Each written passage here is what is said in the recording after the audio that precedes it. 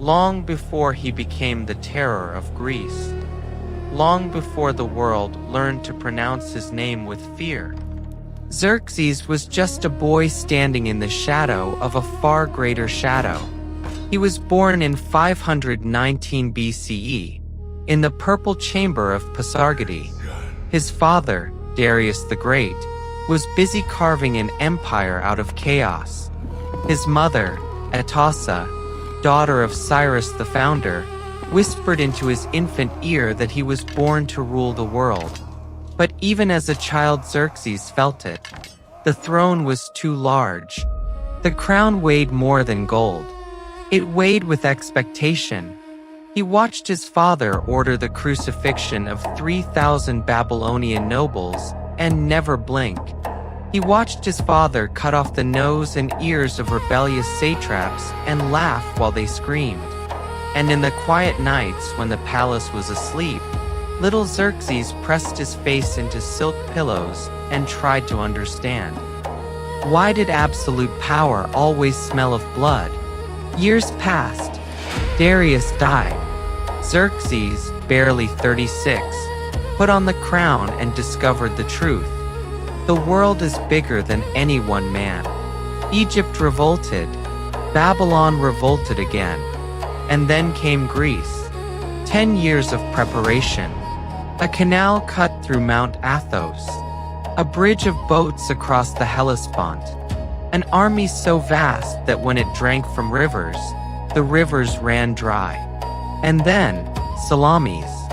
The sea turned red with Persian blood, but it was Greek oars that rowed home. Plataea.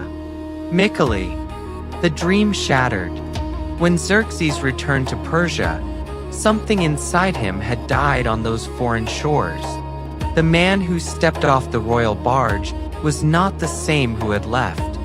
His eyes had become tunnels, tunnels that led nowhere but inward. That was the moment the labyrinth began to change. At first, the change was invisible. He spent more time in the inner apartments. He dismissed the old chief eunuch and replaced him with the Spamators, a man whose smile never reached his eyes and whose loyalty was absolute. He ordered new wings built beneath the palace, corridors that spiraled downward like the coils of a snake, rooms with no doors, only curtains of chain. And he began to look at his daughters differently. There was one in particular who caught his attention first. Her name was Phryneia, a captive princess from Ionia, taken when Xerxes was still young and hungry for beauty rather than transgression. She had given him a daughter, Ahurani. Phryneia had once been the king's favorite. Now she was 34, her beauty fading like a rose left too long in the sun, and she knew the rules of the labyrinth better than anyone. She noticed the way the king's gaze lingered on Ahurani when the girl passed through the gardens. She noticed how Spamators began recording the girl's monthly cycles in a black clay tablet. She noticed that the eunuchs no longer bowed when Ahurani walked by. They watched. One night Phryneia did the unthinkable. She slipped a note into Ahurani's hand. 3 words written in Greek. When he calls, run. Ahurani was 15. She did not understand. Not yet. The first girl to be chosen was not Ahurani. It was Parmida, daughter of a concubine from Bactria, barely 14, with eyes the color of desert sky at noon. She was summoned on the night of a new moon. They prepared her for 3 days, bathing in milk and saffron, hair oiled with spikenard from India, a gown of gossamer thin silk that hid nothing. When the eunuchs came for her, Parmida smiled. She thought she was being elevated. She never returned. 3 days later, her body was found in the underground canal that carried waste from the palace. Her throat had been cut so deeply that her head hung by a thread of skin. Officially, she had fallen and struck her neck on a sharp stone. Everyone knew the truth. The message was clear. After Parmida, the rules changed. No girl born in the harem was ever sent out to marry. No girl was ever allowed to see the sky again once she bled for the first time. They became a new category. Not princesses. Not concubines. Something else. Phryneia tried to protect her daughter. She bribed eunuchs with jewels. She taught Ahurani to fake illness, to 1001 ways to bleed without being touched.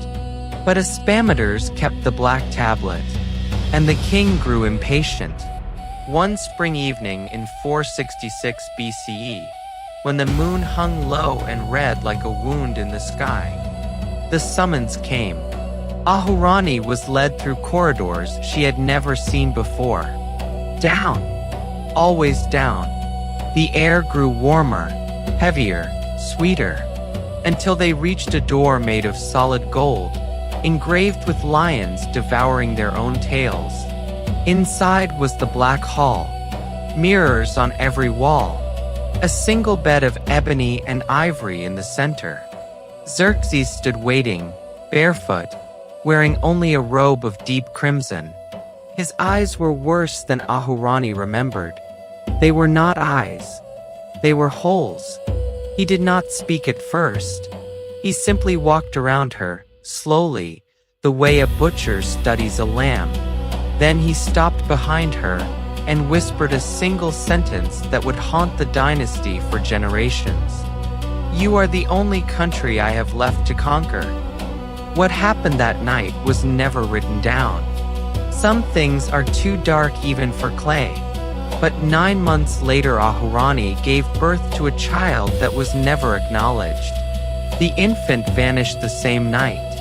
Phryneia was found dead in her chamber 2 days later, wrists open with her own golden hairpin. Official cause: grief. Xerxes never touched another army after Greece. He never left Persia again. He spent his days in the Black Hall, surrounded by mirrors and silence, speaking to reflections that answered in voices only he could hear. And the daughters kept coming, year after year, season after season, until the palace itself seemed to breathe with their fear. In the end, it was not a Greek spear that killed the King of Kings. It was the weight of his own reflections. On the night of August 4th, 465 BCE, Artaban and Aspameters entered the Black Hall. Xerxes did not resist. Some say he even smiled when the blade touched his throat. His last words, according to the eunuch who survived, were, "Finally, someone says no." The Black Hall was burned. The mirrors were smashed. The daughters who remained were married off quickly, quietly, to distant satraps who were ordered never to speak of their origins. But the bloodline carried the memory. Artaxerxes II, grandson of Xerxes, would execute 50 of his own brothers to secure the throne. Darius III would flee from Alexander rather than face him. And when Alexander the Great entered the ruined palace of Persepolis years later, drunk on victory and wine, he ordered the entire city burned. Some say he found something in the ashes, a single clay tablet black as night, covered in names that had been scratched out one by one. He could not read them, but he felt them, because absolute power does not die with its owner. It seeps into the stones. It waits in the dark. It whispers through golden doors that no one dares to open. And somewhere, even now, in some new palace, in some new empire, a girl with frightened eyes is being led down a corridor that has no end. And the only question that matters is the same one it has always been. Who will be the next Ahurani?